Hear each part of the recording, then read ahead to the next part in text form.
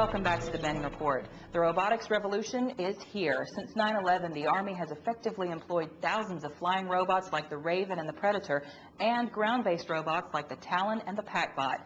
These modern marvels provide our troops with more situational awareness, greater lethality, and safety on the battlefield.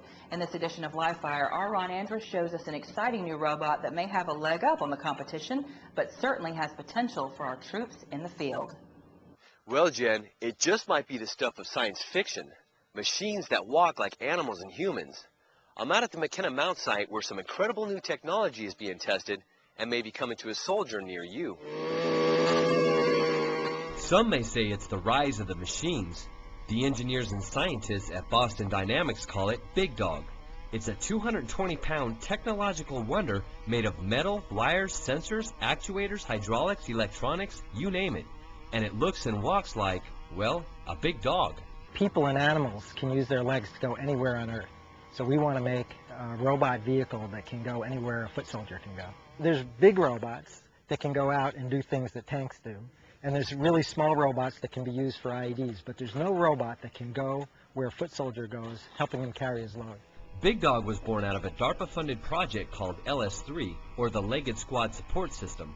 It's an effort to develop a walking platform which can accompany dismounted soldiers and increase their combat capability. They're pushing the envelope on what reality is as we know it. We know that wheels and tracks cannot go everywhere that a two-legged infantryman can go. We know that. And this kind of locomotion has the most likely potential of being able to move wherever the infantryman moves. It's a quadruped, but it closely represents a biped, and so it could go where we could go.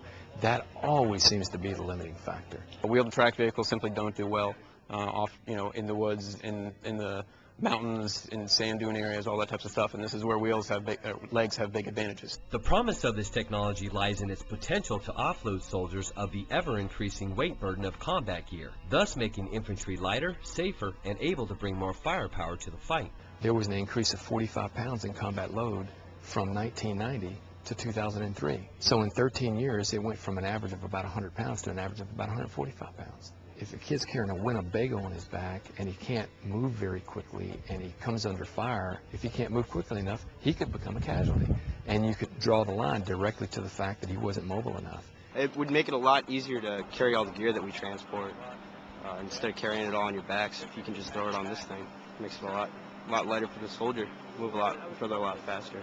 Creating a robot like Big Dog that can walk, balance, and interact with the physical environment autonomously is no easy feat, especially considering all the technologies that are used and have to work together smoothly to make it happen. The computing on a robot like this unlocks its capability. It actively balances itself when it's traveling on terrain. It actually feels the terrain with sensors in its legs, so it knows how to adjust its posture as it's going. That's how it can climb up and down and walk on rocky surfaces and things like that. Mother Nature is a pretty incredible model, right?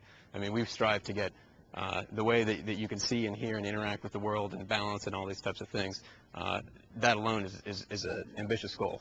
Future Big Dogs will follow troops into battle, carry their load, and even take a knee. And some people may even venture to say that they might even become a soldier's new best friend. When you talk about the behaviors that they've come up with to make this machine work the way it works, that in my mind is revolutionary. This is one of those rare moments that you see something, and when you've been around this sort of stuff enough, you suddenly realize this is a wake-up call. Whether you're excited about it or not, walking robots are coming of age. These powerful tools will help our troops to be more effective and stay safer on the battlefields of tomorrow.